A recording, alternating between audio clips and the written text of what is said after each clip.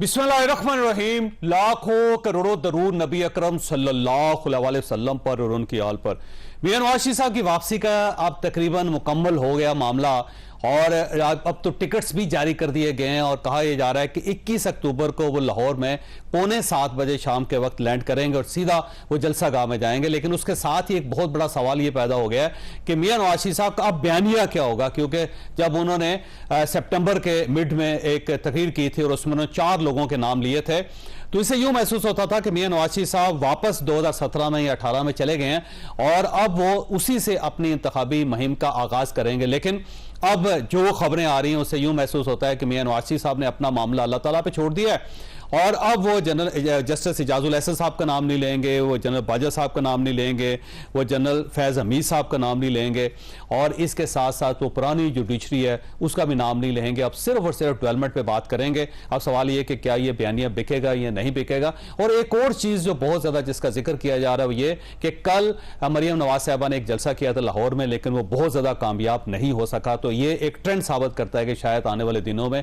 पाकिस्तान मुस्लिम league नून को पंजाब के अंदर ठीक ठाक किस्म की रेजिस्टेंस का सामना करना पड़ जाए। तो ये सारी चीजें हम आज के शो में डिस्कस करेंगे। इसके अलावा मौलाना फजलुर रहमान साहब की तरफ से इलेक्शन ना करवाने का एक आवाज उनकी तरफ से उठाई जा रही है। वो कह रहे हैं कि पहले इकॉनमी पे तवज्जो दें, फिर आप इलेक्शन करवाएं। फिर वो कह रहे हैं कि जनवरी के अंदर बहुत ज्यादा सर्दी होगी, तो इस सर्दी में बर्फ में बारिश में कौन लोग होंगे जो वोट देंगे। तो इलेक्शन के ऊपर भी सवाल है कि कहीं इलेक्शन मुलतवी ना हो जाए। तो ऐसे इकबाल साहब हमारे साथ तशरीफ रखते हैं, पाकिस्तान मुस्लिम लीग नून के साथ इनका ताल्लुक है। हमारे प्रोग्राम के अगले हिस्से में अली मोहम्मद खान साहब हमारे साथ तशरीफ रखेंगे, PTI के साथ उनका ताल्लुक है। तो ऐसे साहब ये मियां नवाज शरीफ साहब का बयानिया क्या होगा? अब ये कहा है वैसे बहुत, देखिए इस वक्त जो सबसे बड़ा बयानिया जिसकी जरूरत है और जो 24 करोड़ अवाम जिस बयानिए के मुतलाशी हैं वो ये कि इस कौम को महंगाई से निजात मिले, ये कौम दोबारा मुआशी खुशहाली की तरफ चले, नौजवानों की बेरोजगारी खत्म हो, उनको एक बेहतर मुस्तकबिल नजर आए, तो कौम को दोबारा उम्मीद की तरफ लेकर आना।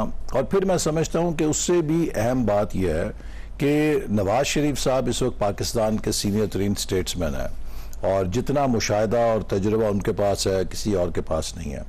इस वक्त जरूरत है कौम को दोबारा जोड़ने की। हम जितने पोलराइज हो चुके हैं, मेरे ख्याल में तारीख में मैंने कोई मुआशरा इस पोलराइजेशन के साथ पनपता हुआ नहीं देखा।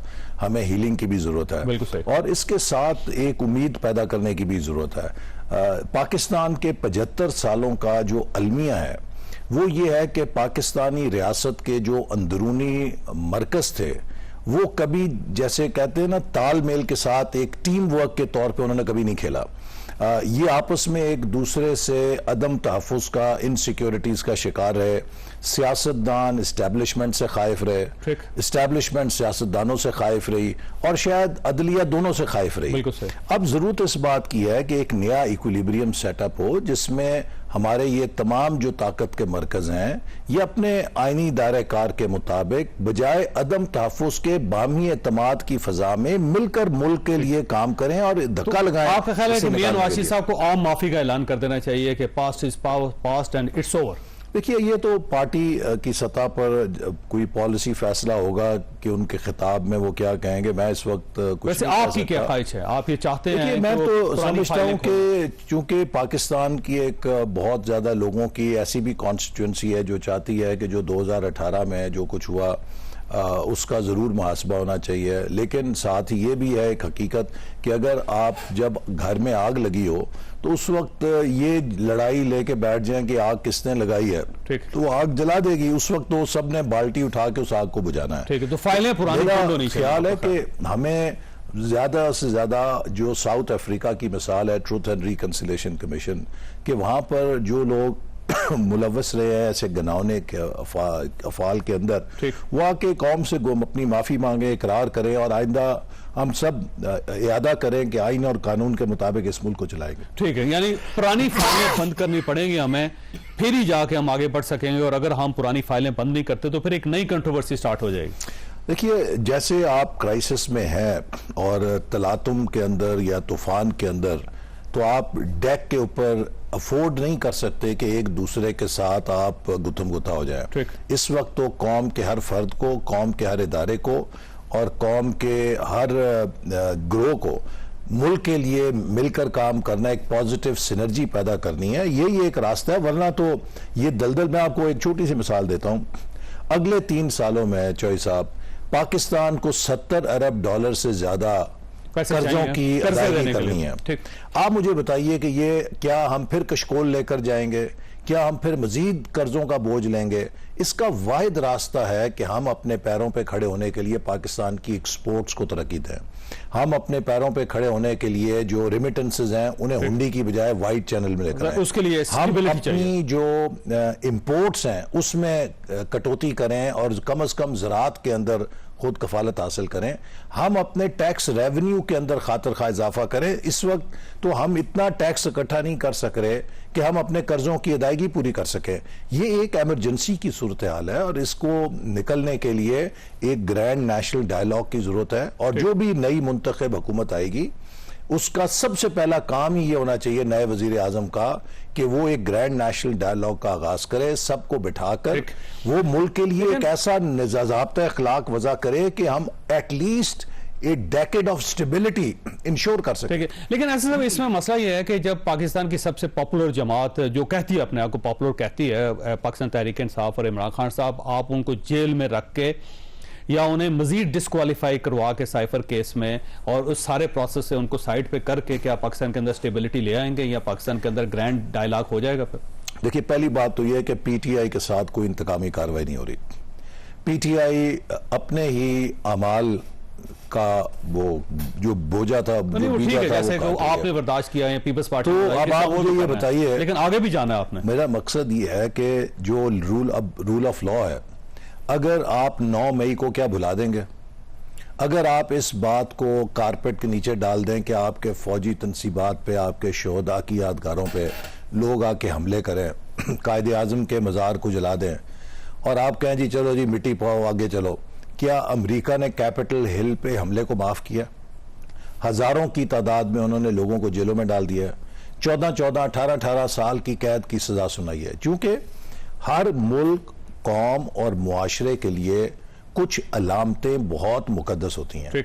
अगर आप उनको दिफा नहीं कर सकते तो मुआशरे को अनारकी में जाने से कोई नहीं रोक सकता। आप मुझे बताएं ना, कल को फिर क्या फर्क है? कोई दहशतगर्द ग्रुप ये सब कुछ करेगा। किसके साथ करेंगे? पाकिस्तान पीपल्स पार्टी के साथ वैसे आपके ताल्लुकात ठीक हैं, मौलाना के साथ हैं, एमकेएम आपकी इत्तेहादी रही है, बाकी सारी पार्टियां तो आपके साथ हैं, फिर ग्रैंड डायलॉग तो आपको पीटीआई के साथ ही करना पड़ेगा। पीटीआई की जो लेजिटिमेट लीडरशिप है, जो इन गुनाहों में शरीक नहीं है, उसे शरीक होना चाहिए, आगे बढ़ना चाहिए। मसलन कौन बचा है? जो लोग भी उनके इस वक्त इन चीजों में शामिल नहीं है उनको आगे आना चाहिए।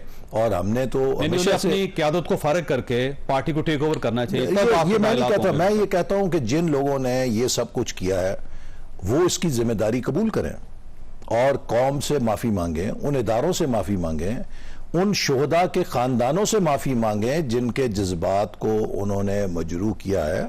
और अगर वो एक ऐसा तर्ज अमल पेश करते हैं कि जिससे ये बात संजीदा तौर पे आप समझें कि वो वाकई नादिम है, उनसे गलती हुई है, तो उसके बाद आप उस सूरत हाल का जायजा ले सकते हैं। फिर आपके डायलॉग होने चाहिए। अभी तो आप देखें वो अतरा रहे हैं इस वक्त पाकिस्तान के खिलाफ, पाकिस्तान के ब्रांड को तबाह करने के लिए हमारी कोई दुश्मन मुल्क की एजेंसी वो काम नहीं करी जो पीटीआई का सोशल मीडिया और पीटीआई के ओवरसीज चैप्टर्स काम कर रहे हैं। मैं आपसे एक सवाल करता हूं, ज़ियाउल हक मार्शल्लाह में किसने मार खाई? पीपल्स पार्टी ने। क्या कभी उस दौरान पीपल्स पार्टी ने अमेरिका जाकर कहा कि पाकिस्तान पे पाबंदियां लगाएं? मुशर्रफ मार्शल्लाह में किसने मार खाई? मुस्लिम लीग नून ने। क्या मुस्लिम लीग नून ने कभी अमेरिका जाके सदर बुश को या किसी को कहा कि पाकिस्तान को असले की फरोख्त बंद कर दें, पाकिस्तान के लिए वीजे बंद कर दें, पाकिस्तान की इमदाद बंद कर दें? पीटीआई की क्यादत ने तो अभी कुछ देखा ही नहीं था।